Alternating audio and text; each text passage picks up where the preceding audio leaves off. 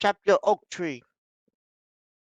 Isn't that Hey there. your Hey there, everybody, and good evening. Welcome to our show. My name is Rich Sharp, and I'll be your host for tonight's episode.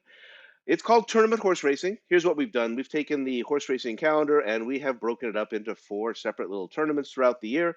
Each one of those tournaments consists of approximately 10 individual racing days, and that's what you're watching tonight. That's one of the individual racing days. The racing days consist of four races from a select track across the country. Guess which one we picked for this week? And what we do is whoever wins the most money after those four races are done wins that individual horse racing day. Whoever wins the most money after the 10 racing days are done wins that tournament. We actually keep track of the amount all throughout the year, and we have a year-end champion as well. That's how it works here on Tournament Horse Racing. I'm going to go ahead and bring in my fellow colleagues and the racing analysts who will be competing against each other tonight in no particular order. Down here to the south of us in Temecula, California, uh, Joe English. Kind of excited for Derby Day, Derby Week. Oh, absolutely, always, no doubt about it. It's one of the highlights of the year. Yeah, no, kind of a holiday of sorts for us. I'm sorry I had to flake out on you on the last moment there, and we'll get back on it again next year. I'm going to go just a little bit to the north of me here. He lives in Menifee, California. His name is Steve Newsom. Steve, uh, kind of excited, huh? Derby Day coming up.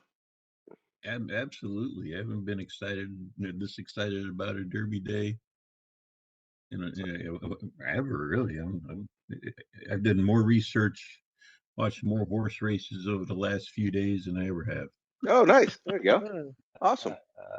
All right. And finally, last but not least, he's actually all the way over on the other side of the country. He's in Staten Island, New York. He's our last player for tonight, Ray Torado. Derby thoughts. What are you thinking for this weekend, buddy? Oh, I'm excited. Yeah, it's a nice 2 days with 27 races.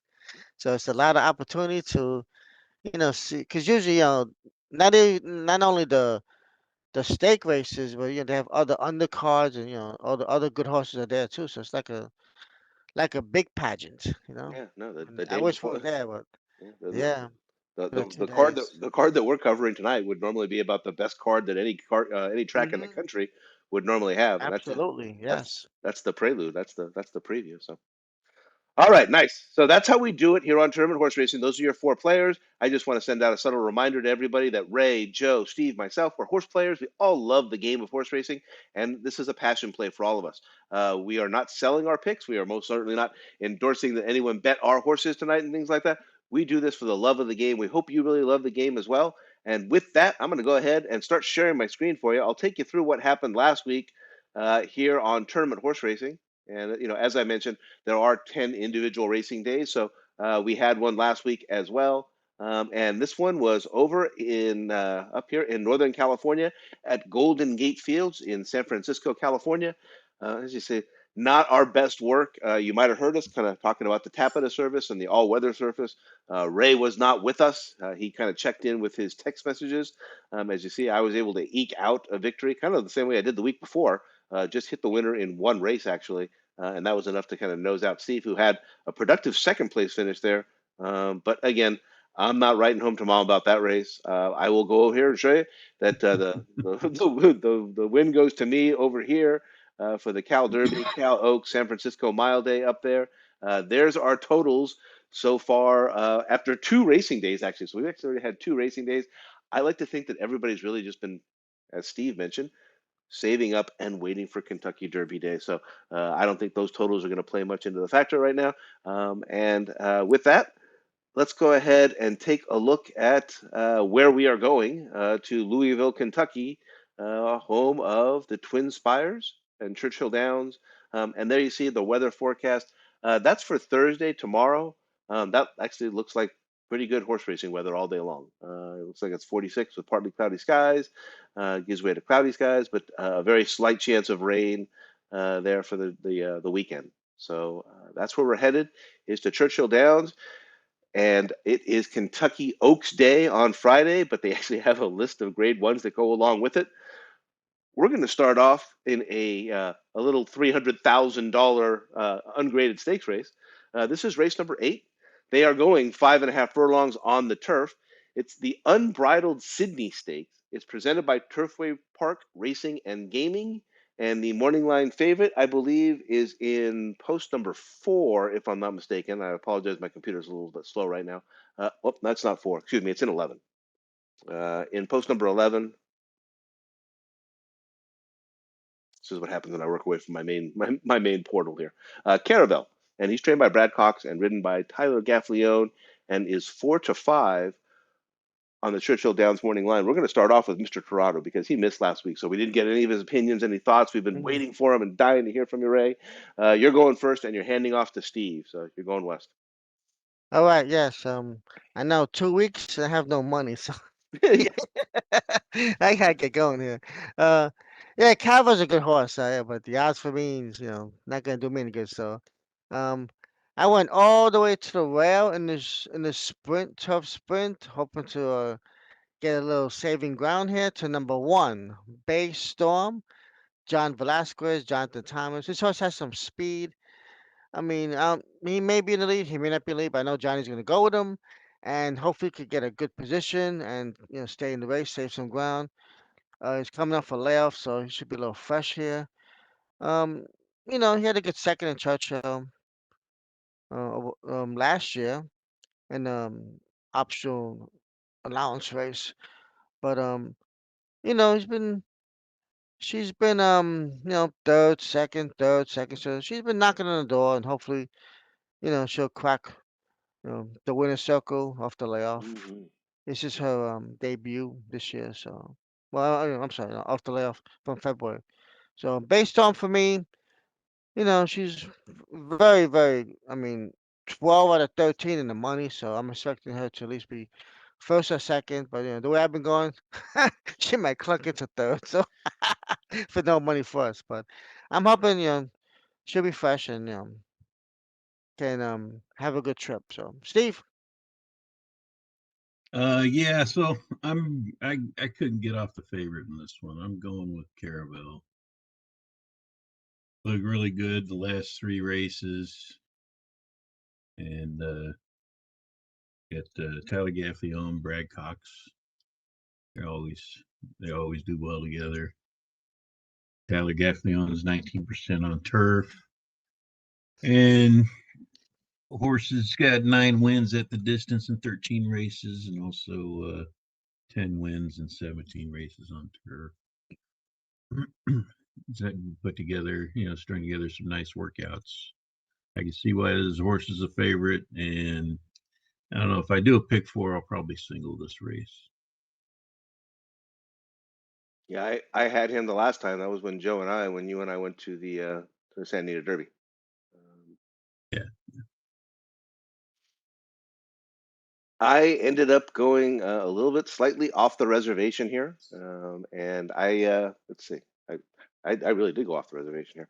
I went with Carlo Baccareza and Javier Castellano. The horse is called Little Jewel by Liam's Map, and the horse does have experience here at Churchill Downs. So it was already raced once here at Churchill Downs, finished third, and has a couple of tries at this exact distance on the turf. 5 tries, 2 wins, and a second and a third. As you see here, the horse put together a little win streak, winning down there at Gulfstream Park, which is one of the better tracks that kind of feeds in here to Churchill Downs. Won at 5 furlongs, was the favorite in that race, then came right back out of it and raced in what this one is the Captive Island Stakes. It's a $100,000 stakes race. Again, a 5 furlong race. As you see here, the horse actually comes from a little bit off of the pace and then won that one, and then gets Javier Castellano aboard. That's in the Giants Causeway, which was at Keeneland, a 12-horse field. That's that's the top level here in racing, and I decided, and the excuse me, and the performance in that race, if you look there, very similar. Came from off the pace, was closing, and looked like it had some trouble there at the beginning with a bump 3 wide. Got stuck in the 6 path of a 12-horse field. So I decided to go ahead and go a little bit off my comfort zone here. I've got the 9 Little Jewel, and Joe, you're going to take us home here in the opening race. Sure. I unfortunately I don't have a lot to add. I mean, I can add what Steve said. I'm on Caravel as well. Cox Gaffleone. You know, I don't need to say any more about that. The return in the Shaker time was solid enough. I just think she's the best horse in the race. And the other thing I've noticed, I looked at the race and I saw that there are horses who have a lot of positional speed, but there are not a lot of horses who really have enough, or at least I don't think that they normally would have enough to be in front of Caravel. And looking at her PPs, I noticed two things. When she's in front at the second call in a turf sprint, she's 3 for 3. When she's in front at the stretch call in the turf sprint, she's 4 for 4. So it seems like if she gets in front, she just doesn't like letting horses go by.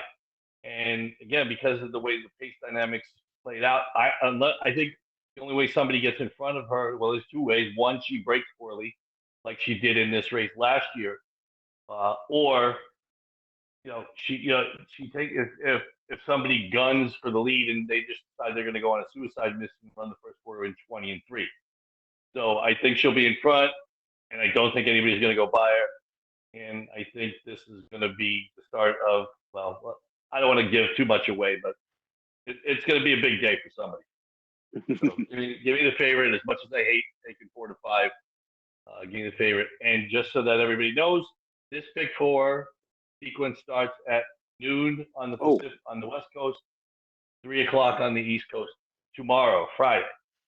Make sure everybody knows that we are doing a Friday card, not normal for us.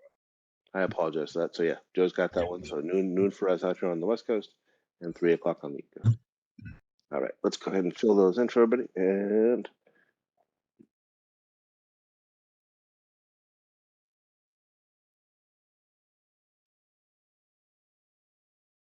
okay.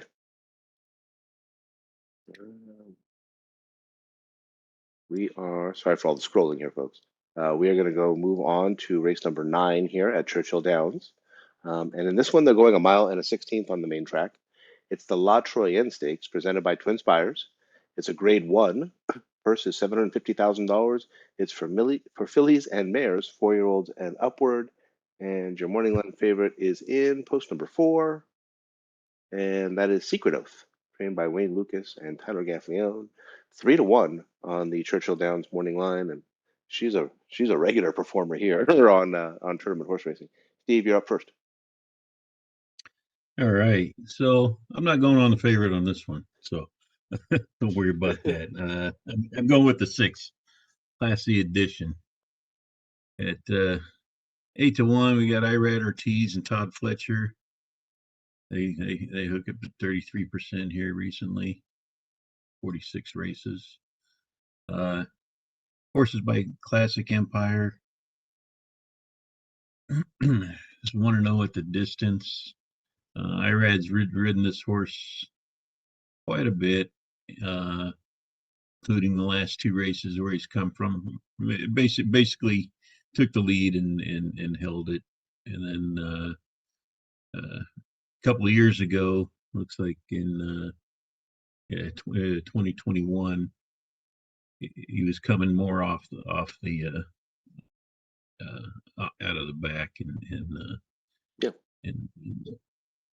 so horse got a lot of experience. It can win in several different ways, and has the speed figures to compete. So 8-1 with Irad Ortiz, I'm taking it. All right, I am up here. Rick? Yeah, and let's see here. I think I one more time. I went away from my comfort zone. I did not go with Secret Oath.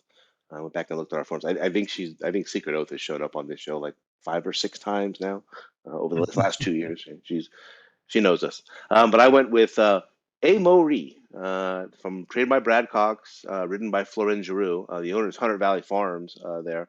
And the horse is by Uncle Mo. She cost $400,000 once upon. And as you see there, she's on a 3-horse win streak. We bring this up on this show quite a bit. Beware those horses that are in very, very sharp form, and probably doesn't get any sharper than that. Won a $100,000 stakes race, which was down at the fairgrounds, switched it over and won the Bayakoa down at Oaklawn Park. That was a grade 3. That was 1 mile and 16. So that's the distance that we're going at today. And then shipped all the way out west. You guys know how I feel about West Coast dirt horses. This is not turf racing we're talking about. This is on the dirt, and she ran into some good customers out there. She was 8-1 in that particular race, and wins by a head with Flavian Pratt aboard. I would love to have seen Flavian stick on this one, but he does not. But it is Brad Cox. It is Florent Giroux. They do hit 28% together. The horse is 2 for 3 at this distance. My money's on Amaury. Excuse me, Jeff.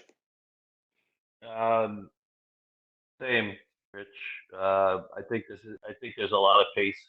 There's enough pace in here. It seems like a lot of the horses will be towards the front end. I think this horse should take benefit from the outside draw in that she'll be in the clear when she needs to make her run. She's one of the horses that's a little bit generally more from off the pace. She's between 2, 3, 4 lengths back.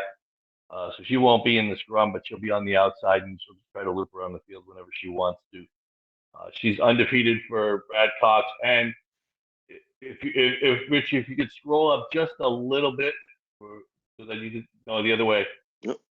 This horse used to be trained by Todd Fletcher. Oh, yeah. And obviously Todd could not figure this horse out, but Brad Cox has been able to the point that she's won 3 straight. So whatever he's doing, she's won 3 straight over 3 different tracks, as Rich mentioned. So I'm going to try and beat Secret Oath. Give me MRA for Cox and Florent Giroux at 5 to 1. Great. Yeah, I'm gonna go with Secret Oath. She won the Oaks last year. She had her highest figure, so I'm thinking she just, she likes the track. She ran well over it. She got 2 wins over the track. So, um, I'm hoping to get 3 to 1, but I'm probably not um confident about that. But I think she gave me a good run. And I think you the can get. last, I think you can get that. This was a tough yeah, race. yeah, it's a tough, yeah. So I'm hoping to get at least something like that. Um, she's been in the lot of great ones. She raced the Preakness and the Alabama. She's run against some good horses, and last time she had the lead and just got beat. And she ran well in this area, so she's in good form. But I only picked her because she's been consistent with her figures, but I think she ran the best at Churchill, so I think she maybe has a little more like it's that track. So um, I did have a long shot in mind. I wish I could have used her, the other one, but had to make a choice. So I'll go Secret Oath and see what happens. Yeah, the one thing about Secret Oath is, Ray, you mentioned it because she ran her big race at the Oak. A lot of people on track are going to remember.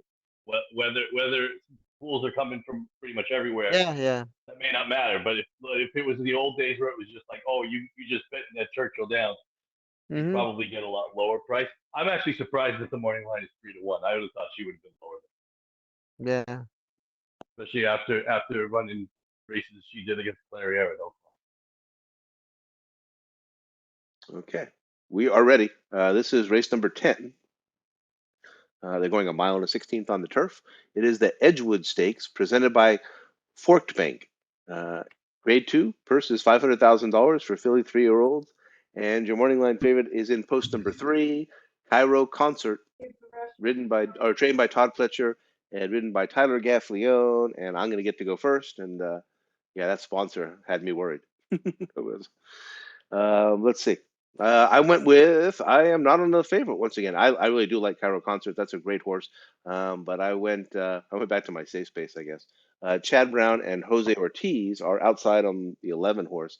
Horse came over from Europe, came over from France, had 3 tries over there in France and won 2 of them. And then had that first try over here in the United States. That was after about a 6 or 7 month layoff. So if you look there, you'll see there that from September of 22 to March of 23, the horse didn't race at all, and then does race here, falls back, and then comes kind of roaring there at the end. There's a couple of horses, Cairo Concert and Papio, who were in that race as well. So it was kind of one of those storming finishes in the home. I'm trying to think what that race is. It's down there at Gulfstream Park. I was impressed for that being a first try here in the United States. I was impressed for that being a first try on off a 6 or 7 month layoff. Seemed like maybe just a little bit more track might have helped Revalita. So I went with the 11. And Joe, I'm handing off to you. I believe the Here race comes the is bride. Here Comes the Bride. Yeah, here comes the Here bride. comes Yeah, the bride. That's it. Thank you. yeah. Yeah, this is going to sound really what's the word I'm looking for? repetitive. I like the 10, Flashy Jim.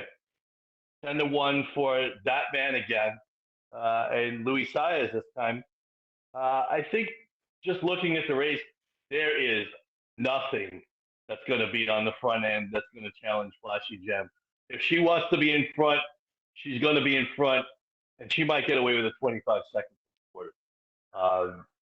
I don't see anything that's going to challenge her early. I think Saez only helps with being that he's so aggressive normally anyway. She was not shamed by being second to Botanical in the Bourbonnais Oaks at Turfway. And surprisingly, at least from what I remember hearing, is the Turfway shippers did really well at Keeneland. And I don't see any reason why this wouldn't continue at Churchill Downs. So if you can give me 10-1 with Cox and Saez on the grass on a lone front runner, I'm taking it all day long. Give me the 10 at 10-1. Great. I went towards the middle of the pack here.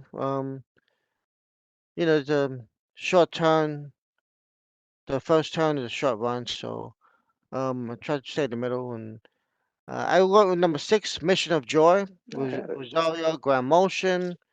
It's hard to say. I mean, she's been running in Tampa, in the decent, little lower levels with grade 3. She did run the grade 3, but she's 3 for 3, so she has that winning knack.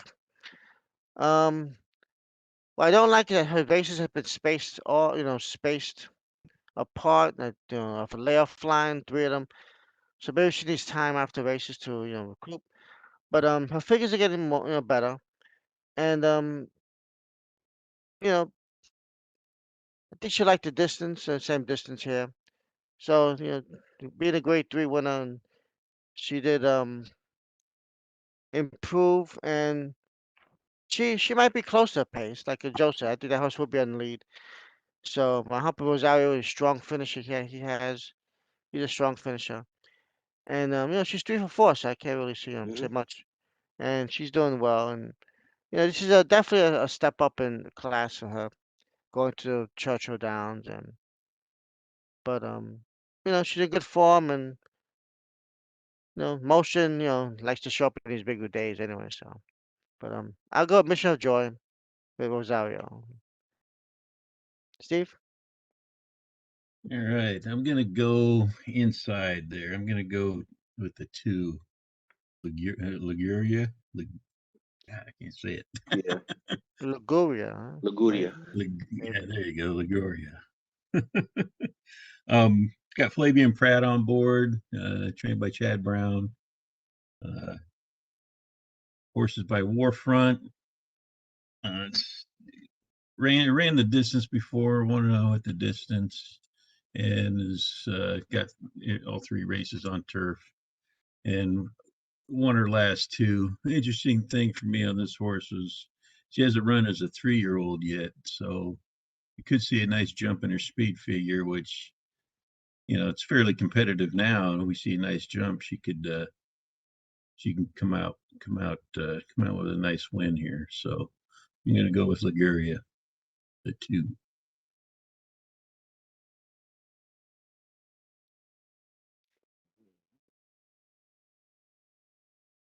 Like these for us.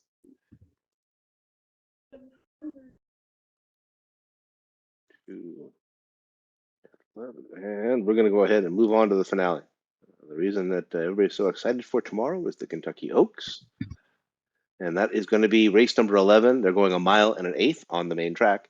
It is the Longines Kentucky Oats. It's a grade 1. Purse is $1,250,000. It's for filly 3-year-olds only. And your morning line favorite is in post number 7. And that's Wet Paint, trained by Brad Cox and ridden by Flavian Pratt. 5-2 on the Churchill Downs morning line. And Joe, I hope you see what I did there and like that. You're the primary reason that we do the Kentucky Oaks on a yearly basis and things like that. So, of course, you're going to go first, man. What do you like? Well, let me see. I picked Brad Cox in race 8, Brad Cox in race 9, Brad Cox in race 10. Is there a theme? I'm just somebody missing something? I'm going to take Brad Cox again. I'm going to take all Brad Cox pick 4. But the funny part is, I'm going to take 4 different riders with Brad Cox. Give me the 6. I just mentioned her when I was talking about Flashy Gem. Give me Botanical. She's got a tactical advantage over her 2 stable. The Alice look and Wet Paint come from further back, and in a 14-horse field, that tactical advantage might be the difference between winning and losing. I don't have any concerns about her shift from Turfway and the poly track or whatever they call the track down there to the dirt. She's out of Medaglia d'Oro, out of a blame mare. So believe me, dirt really should not be any issue whatsoever. And she's had enough time to recover from the Bourbonette Oaks. She's won 4 straight. She's won 4 straight for Chris Flanderos, who comes in to ride. And with the small sample size, Rich, you can see it's 50%, 3 out of 6 with a positive ROI. But obviously most of them are with this horse. But she's got the best buyer figures. And again, I don't think the transition to dirt is a big issue at all. Tactical advantage, and I'm still getting 4 to 1. I'm not. She may not even be the favorite because I would think Wet Paint would go off as favorite. So give me the 6. Give me the Brad Cox all stakes pick 4, and I figure he'll have a big day. Right. Yeah, this is a tough race, especially get that Oaks Derby double. So my suggestion for anybody playing the Oaks Derby double, or with somebody in Derby and have a good time.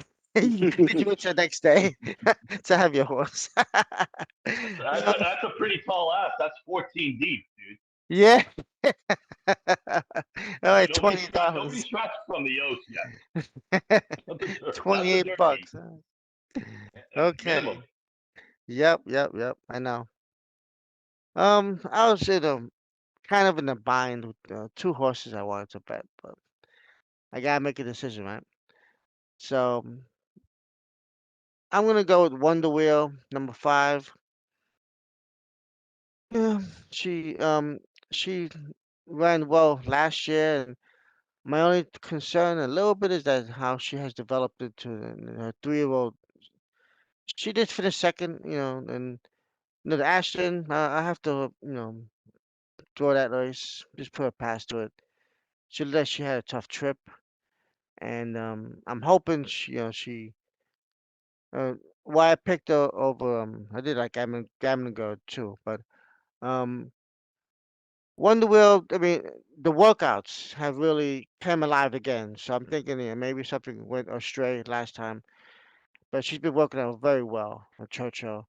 So I'm gonna give her a pass, forgiveness, like we have this forgiveness angle in our show here. And maybe she'll at 12 to 1. I want to take a shot here with Marcassi, and she won the British Cup Juvenile to last speed in the race, and she came in from way out of the clouds and got up. So I'm hoping she has that type of trip. It's some speed in the race, so it's a long race, mile and 8. So I'll go Wonder Wheel, and hopefully she could turn around again. Steve?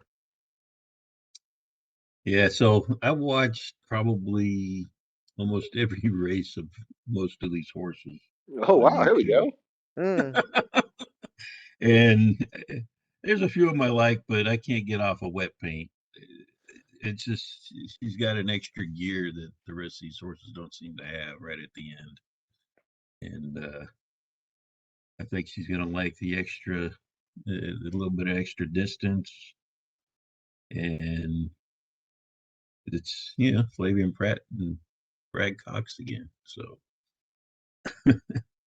I did like a couple other horses. The Alice Look was an interesting horse. Once she seems to get the lead, she doesn't like to let it go very easily. Um, and I don't know, if Julia Shining gets in, I think there's one other horse ahead of her, but she'd be an interesting pick too to put a little money on. But yeah, I'm going with the favorite here, Wet Paint. I'm finding myself in this race in need of like a contact probably either in London or in Dubai or something like that. You guys know my penchant for betting Godolphin horses. And and look at the conundrum I find myself in this one and things like that. There's two. This one's good, and this is actually a different group. If you look at that, the Godolphin LLC lessee versus if you go down here for wet paint, that is just the good old fashioned Godolphin racing that we all, Godolphin LLC. I need someone to explain this to me so I understand, who am I supposed to be betting here and things like that. Since Steve did go ahead and go with wet paint, I'm going to go ahead and take a flyer. I'm going to go ahead and go out on a limb one more time, and I'm going to take a horse that I know very, very little about, but is coming in on a 3-race win streak. Comes in from Dubai in the UAE. I'm not sure about that trainer, Salim bin Gadair, but the sire is City of Light. We all know City of Light, and Mikhail Barcelona is not one of the international jockeys who I'm actually familiar with either. And the horse has not been racing against like huge competition or anything like that, but did win the UAE Oaks back in February. A little bit of a layoff, but as you see there, the rail post is a 23% clip. This is Godolphin Racing, Salim bin Gadair and Mikhail Barcelona. I'm going to go ahead and take a scrub. And since, like I said, Steve's already got wet paint, I will go ahead and go with the one horse here. I did watch a race. Go ahead. I'm sorry, Steve. Oh no, I was just gonna say I did watch your races, Rich. I got some notes. Likes to go to the front, runs well, has a chance. Yeah, that's what I put. As far as the difference between Godolphin and that group, if you look, usually Godolphin breeds their own, whereas this horse was purchased at auction. That has something to do with it. Yeah, that's a good point. I kind of missed it. It's the non-breeding portion of the operation. Oh, Godolphin. That's a different LLC for horses that they buy. They purchase. Maybe there's a different taxation structure because of one versus the other. I'm not 100% sure. I don't travel in those circles, obviously. Yeah. Our Dubai can, as I said, that's why I need a connection. That's why. Thank you for kind of catching that for me. And for those of you who are watching, if you've ever watched our show before, I do have a penchant for going for Godolphin horses. Usually they're the ones that are trained by Brad Cox, unfortunately. And as you see, my colleague got to that horse first. You can always there's no rules in this one. We can block each other or we can join onto the same horses. As I've mentioned, we actually keep track of these scores all the way through the end of the year. And so you have an opportunity to go ahead. I know I missed this. Each of the players is actually making a mythical $2 win and place bet in today's competition. And so that's how we determine who wins the most money at the end of the day. And that's how we do it here on Tournament Horse Racing. Let me go ahead and fill in that last race for us.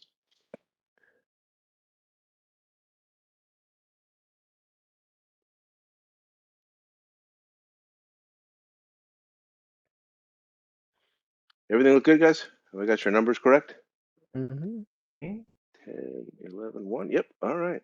Let me go ahead and I'm going to stop sharing my screen. We'll come back and we'll wrap this one up for Kentucky Oaks Day. That's how we do it. That's how we make the sausage here on Tournament Horse Racing. And what we'll do is tomorrow during the day, especially since it's a Friday, a lot of text messages will be going flying back and forth. If there's any scratches, we actually correct those ourselves throughout the day and things like that. So you won't actually see a correction. But we post our results up on Twitter. If you follow me, I'm at Zuma Point, Joe English, Ray Torado, Steve Newsom. If you'll see it come from my post. And we post those results out on Twitter. I also post them on Facebook as well for any of you who are Facebook friends of mine.